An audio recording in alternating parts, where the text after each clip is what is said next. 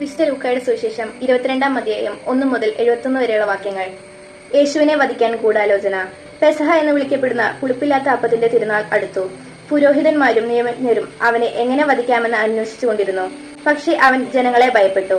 12 പേരിൽ ഒരുവനും സ്കറിയോത്ത എന്ന് വിളിക്കപ്പെടുന്നവനുമായ യൂദാസിൽ സാത്താൻ പ്രവേശിച്ചു. അവൻ പുരോഹിത പ്രമുഖന്മാരെയും സേനാധിപന്മാരെയും സമീപിച്ച് എങ്ങനെയാണ് യേശുവിനെ അവർക്ക് ഒറ്റിക്കൊടുക്കേണ്ടത് എന്ന് ആലോചിച്ചു. അവർ സന്തോഷിച്ച് അവന് പണം കൊടുക്കാമെന്ന് വാഗ്ദാനം ചെയ്തു. അവൻ അവർക്ക് വാക്കുകൊടുത്തു. ജനക്കൂട്ടമില്ലാത്തപ്പോൾ അവനെ ഒറ്റിക്കൊടുക്കാൻ അവൻ അവസരം പാർത്തുകൊണ്ടിരുന്നു. പെസഹ കുഞ്ഞാടിനെ ബലി കഴിക്കേണ്ടിയിരുന്ന പുളിപ്പില്ലാത്ത അപ്പത്തിന്റെ ദിനം വന്നു ചേർന്നു. യേശു പത്രോസിനെയും യോഹന്നാനെയും അയച്ചുകൊണ്ട് പറഞ്ഞു, നിങ്ങൾ പോയി നമുക്ക് പെസഹ ഭക്ഷിക്കേണ്ടതിന് ഒരുക്കങ്ങൾ ചെയ്യുവിൻ. അവർ അവനോട് ചോദിച്ചു, ഞങ്ങൾ എവിടെ ഒരുക്കണമെന്നാണ് നീ ആഗ്രഹിക്കുന്നത്? അവൻ പറഞ്ഞു, ഇതാ നിങ്ങൾ പട്ടണത്തിലേക്ക് പ്രവേശിക്കുമ്പോൾ ഒരു കുടം വെള്ളം ചുമന്നുകൊണ്ട് ഒരുവൻ നിങ്ങൾക്കെതിരെ വരും. അവൻ പ്രവേശിക്കുന്ന വീട്ടിലേക്ക് നിങ്ങൾ അവനെ പിന്തുടരുക. ആ വീടിന്റെ ഉടമസ്ഥനോട് പറയുക, ഗുരു നിന്നോട് ചോദിക്കുന്നു, എന്റെ ശിഷ്യന്മാരോടുകൂടെ ഞാൻ പെസഹ ഭക്ഷിക്കുന്നതിനുള്ള വിരുന്നുശാല എവിടെയാണ്? സജ്ജീകൃതമായ ഒരു വലിയ മാളിക മുറി അവൻ നിങ്ങൾക്ക് കാണിച്ചു തരും. അവിടെ ഒരുക്കുക. അവർ പോയി അവൻ പറഞ്ഞതുപോലെ കണ്ടു. പെസഹ ഒരുക്കുകയും ചെയ്തു. സമയമായപ്പോൾ അവൻ ഭക്ഷണത്തിനിരുന്നു, അവനോടൊപ്പം അപ്പോസ്തലന്മാരും. അവൻ അവരോട് പറഞ്ഞു, പീഡ അനുഭവിക്കുന്നതിന് മുമ്പ് നിങ്ങളോടുകൂടെ ഈ പെസഹ ഭക്ഷിക്കുന്നതിന് ഞാൻ അത്യധികം ആഗ്രഹിച്ചു. ഞാൻ നിങ്ങളോട് പറയുന്നു, ദൈവരാജ്യത്തിൽ ഇത് പൂർത്തിയാകുന്നതുവരെ ഞാൻ ഇനി ഇത് ഭക്ഷിക്കുകയില്ല.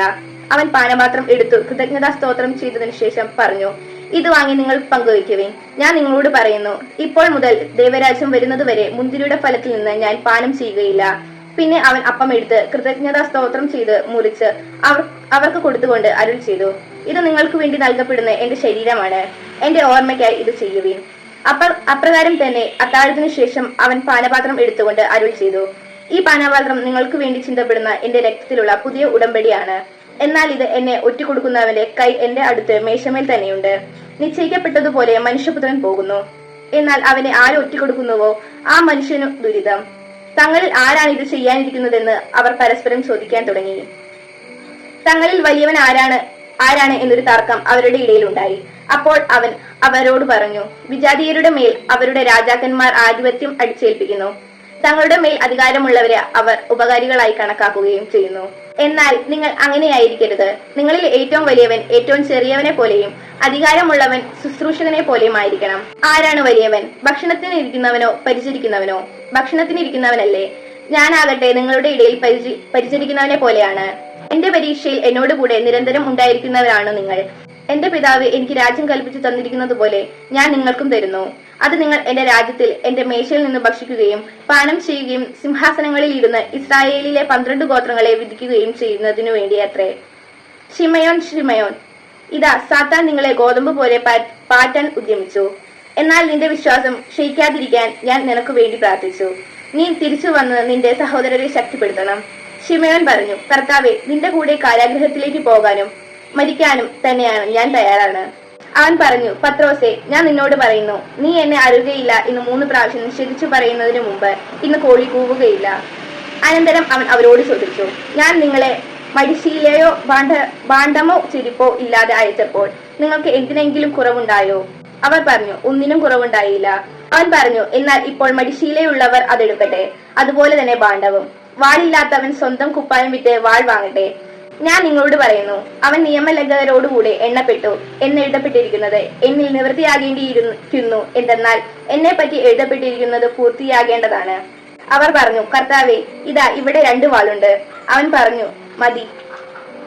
അവൻ പുറത്തു വന്ന് പതിവ് പോലെ ഒലിവുമലയിലേക്ക് പോയി. ശിഷ്യന്മാരും അവനെ പിന്തുടർന്നു. അവിടെ എത്തിയപ്പോൾ അവൻ അവരോട് പറഞ്ഞു, നിങ്ങൾ പരീക്ഷയിൽ ഉൾപ്പെടാതിരിക്കാൻ പ്രാർത്ഥിക്കുവിൻ. അവൻ അവരിൽ നിന്ന് ഒരു കല്ലേറു ദൂരം മാറി മുട്ടിന്മേൽ വീണു പ്രാർത്ഥിച്ചു, പിതാവേ, അങ്ങേക്ക് ഇഷ്ടമെങ്കിൽ ഈ പാനപാത്രം എന്നിൽ നിന്ന് അകറ്റണമേ. എങ്കിലും എന്റെ ഹിതമല്ല അവിടുത്തെ ഹിതം നിറവേറട്ടെ. അപ്പോൾ അവന് ശക്തിപ്പെടുത്താൻ സ്വർഗത്തിൽ നിന്ന് ഒരു ദൂതൻ പ്രത്യക്ഷപ്പെട്ടു. അവൻ തീവ്രവേദനയിൽ മുഴുകി കൂടുതൽ തീക്ഷ്ണമായി പ്രാർത്ഥിച്ചു. അവന്റെ വിയർപ്പ് രക്തത്തുള്ളികൾ പോലെ നിലത്തു വീണു. അവൻ പ്രാർത്ഥന കഴിഞ്ഞ് എഴുന്നേറ്റ് ശിഷ്യന്മാരുടെ അടുത്ത് വന്നപ്പോൾ അവർ വ്യസനം നിമിത്തം തളർന്ന് ഉറങ്ങുന്നത് കണ്ടു. അവൻ അവരോട് ചോദിച്ചു, നിങ്ങൾ ഉറങ്ങുന്നതെന്ത്? പരീക്ഷയിൽ അകപ്പെടാതിരിക്കാൻ ഉണർന്നിരുന്ന് പ്രാർത്ഥിക്കുവിൻ. അവൻ ഇത് പറഞ്ഞുകൊണ്ടിരിക്കുമ്പോൾ ഒരു ജനക്കൂട്ടം അവിടെ വന്നു. 12 പേരിൽ ഒരുവനായ യൂദാസാണ് അവരുടെ മുമ്പിൽ നടന്നിരുന്നത്. യേശുവിനെ ചുംബിക്കാൻ അവൻ മുമ്പോട്ട് വന്നു.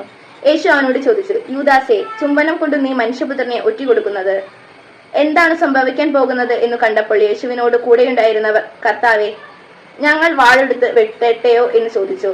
അവരിൽ ഒരുവൻ പ്രധാന പുരോഹിതന്റെ സേവകനെ വെട്ടി അവന്റെ വലത്തു ചെവി ഛേദിച്ചു. അതുകണ്ട് യേശു പറഞ്ഞു, നിർത്തു. അനന്തരം യേശു അവന്റെ ചെവി തൊട്ട് അവനെ സുഖപ്പെടുത്തി. അപ്പോൾ യേശു തനിക്കെതിരായി വന്ന പുരോഹിത പ്രമുഖന്മാരോടും ദേവാലയ സേനാധിപന്മാരോടും ജനപ്രമാണികളോടും പറഞ്ഞു, കവർച്ചക്കാരനെതിരെ എന്ന പോലെ വാളും വടിയുമായി നിങ്ങൾ വന്നിരിക്കുന്നുവോ? ഞാൻ നിങ്ങളോട് കൂടെ എല്ലാ ദിവസവും ദേവാലയത്തിലായിരുന്നപ്പോൾ നിങ്ങൾ എന്നെ പിടിച്ചില്ല. എന്നാൽ ഇത് നിങ്ങളുടെ സമയമാണ്, അന്ധകാരത്തിന്റെ ആധിപത്യവും. അവർ അവനെ പിടിച്ച് പ്രധാനാചാര്യന്റെ വീട്ടിലേക്ക് കൊണ്ടുപോയി. പത്രോസ് അകലെയായി അവനെ അനുഗമിച്ചിരുന്നു. അവർ നടുമുറ്റത്ത് തീ കൂട്ടി അതിനു ചുറ്റും ഇരുന്നപ്പോൾ പത്രോസും അവരോട് കൂടെയിരുന്നു. തീക്കരികിയിരുന്നത് കണ്ട് ഒരു പരിചാരിക സൂക്ഷിച്ചു നോക്കിയിട്ട് പറഞ്ഞു, ഇവനും അവനോട് കൂടെയായിരുന്നു. എന്നാൽ പത്രോസ് അത് നിഷേധിച്ച്, സ്ത്രീയെ, അവനെ ഞാൻ അറിയുകയില്ല എന്ന് പറഞ്ഞു. അല്പം കഴിഞ്ഞ് വേറൊരാൾ പത്രോസിനെ കണ്ടിട്ട് പറഞ്ഞു, നീയും അവരിൽ ഒരുവനാണ്. അപ്പോൾ അവൻ പറഞ്ഞു, മനുഷ്യ, ഞാനല്ല. ഏകദേശം 1 മണിക്കൂർ കഴിഞ്ഞ് വേറൊരാൾ ഉറപ്പിച്ചു പറഞ്ഞു, തീർച്ചയായും ഈ മനുഷ്യനും അവനോട് കൂടെയായിരുന്നു.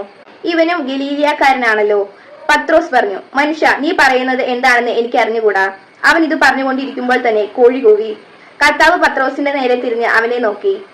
ഇന്ന് കോഴി കൂവുന്നതിന് മുമ്പ് 3 പ്രാവശ്യം നീ എന്നെ നിഷേധിക്കുമെന്ന് കർത്താവ് പറഞ്ഞ വചനം അപ്പോൾ പത്രോസ് ഓർമ്മിച്ചു. അവൻ പുറത്തുപോയി മനംനൊന്ത് കരഞ്ഞു. യേശുവിന് കാവൽ നിന്നിരുന്നവർ അവനെ പരിഹസിക്കുകയും അടിക്കുകയും ചെയ്തു. അവർ അവന്റെ കണ്ണുകൾ മൂടിക്കൊണ്ട്, നിന്നെ അടിച്ച ആരെന്ന് പ്രവചിക്കുക എന്ന് പറഞ്ഞു. അവർ അവനെ അധിക്ഷേപിക്കുകയും അവനെതിരായി പലതും പറഞ്ഞു. പ്രഭാതമായപ്പോൾ പുരോഹിത പ്രമുഖന്മാരും നിയമജ്ഞരും ഉൾപ്പെടുന്ന ജനപ്രമാണികളുടെ സംഘം സമ്മേളിച്ചു. അവർ അവനെ തങ്ങളുടെ സംഘത്തിലേക്ക് കൊണ്ടുവന്നു പറഞ്ഞു, നീ ക്രിസ്തുവാണെങ്കിൽ അത് ഞങ്ങളോട് പറയുക. അവൻ അവരോട് പറഞ്ഞു, ഞാൻ പറഞ്ഞാൽ നിങ്ങൾ വിശ്വസിക്കുകയില്ല, ഞാൻ ചോദിച്ചാൽ നിങ്ങൾ ഉത്തരം തരുകയുമില്ല. ഇപ്പോൾ മുതൽ മനുഷ്യപുത്രൻ ദൈവശക്തിയുടെ വലതുവശത്ത് ഇരിക്കും. അവരെല്ലാവരും കൂടെ ചോദിച്ചു, അങ്ങനെയാണെങ്കിൽ നീ ദൈവപുത്രനാണോ? അവൻ പറഞ്ഞു, നിങ്ങൾ തന്നെ പറയുന്നല്ലോ ഞാൻ ആണെന്ന്. അവർ പറഞ്ഞു, ഇനി നമുക്ക് വേറെ സാക്ഷ്യം എന്തിന്? അവന്റെ നാളിൽ നിന്ന് തന്നെ നാം അത് കേട്ട് കഴിഞ്ഞു. വിശുദ്ധ ലൂക്ക 22-ാം അധ്യായത്തിലെ ചോദ്യോത്തരങ്ങൾ. 1-ാം ചോദ്യം, വിശുദ്ധ ലൂക്ക 22-ാം അധ്യായത്തിൽ എത്ര വാക്യങ്ങളാണുള്ളത്? ഉത്തരം 71.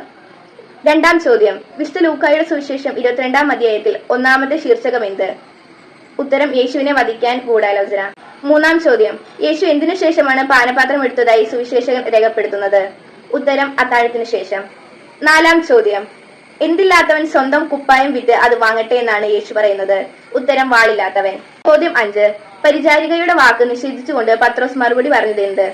ഉത്തരം, സ്ത്രീയെ, അവനെ ഞാൻ അറിയുകയില്ല. ചോദ്യം 6, പുളിപ്പില്ലാത്ത അപ്പത്തിന്റെ തിരുനാൾ ഏത്? ഉത്തരം പെസഹ. യേശുവിനെ എങ്ങനെ വധിക്കാമെന്ന് അന്വേഷിച്ചുകൊണ്ടിരുന്നത് ആരല്ല? ഉത്തരം പുരോഹിതന്മാരും നിയമജ്ഞരും. ചോദ്യം 8, യേശുവിന്റെ ശിഷ്യന്മാരായ 12 പേരിൽ സ്കറിയോത്ത് എന്ന് വിളിക്കപ്പെടുന്നത് ആര്? ഉത്തരം യൂദാസ്. 9-ാം ചോദ്യം, ഞാൻ നിന്നോട് പറയുന്നു, നീ എന്നെ അറിയുകയില്ലെന്ന് 3 പ്രാവശ്യം നിഷേധിച്ചു പറയുന്നതിന് മുമ്പ് ഇന്ന് കോഴി കൂവുകയില്ല. ഇത് കർത്താവ് പറഞ്ഞത് ആരോട്? ഉത്തരം പത്രോസിനോട്. 10-ാം ചോദ്യം, യേശു പാനപാത്രം എടുത്തുകൊണ്ട് അരുൾ ചെയ്തത് എപ്പോൾ? ഉത്തരം അത്താഴത്തിനു ശേഷം.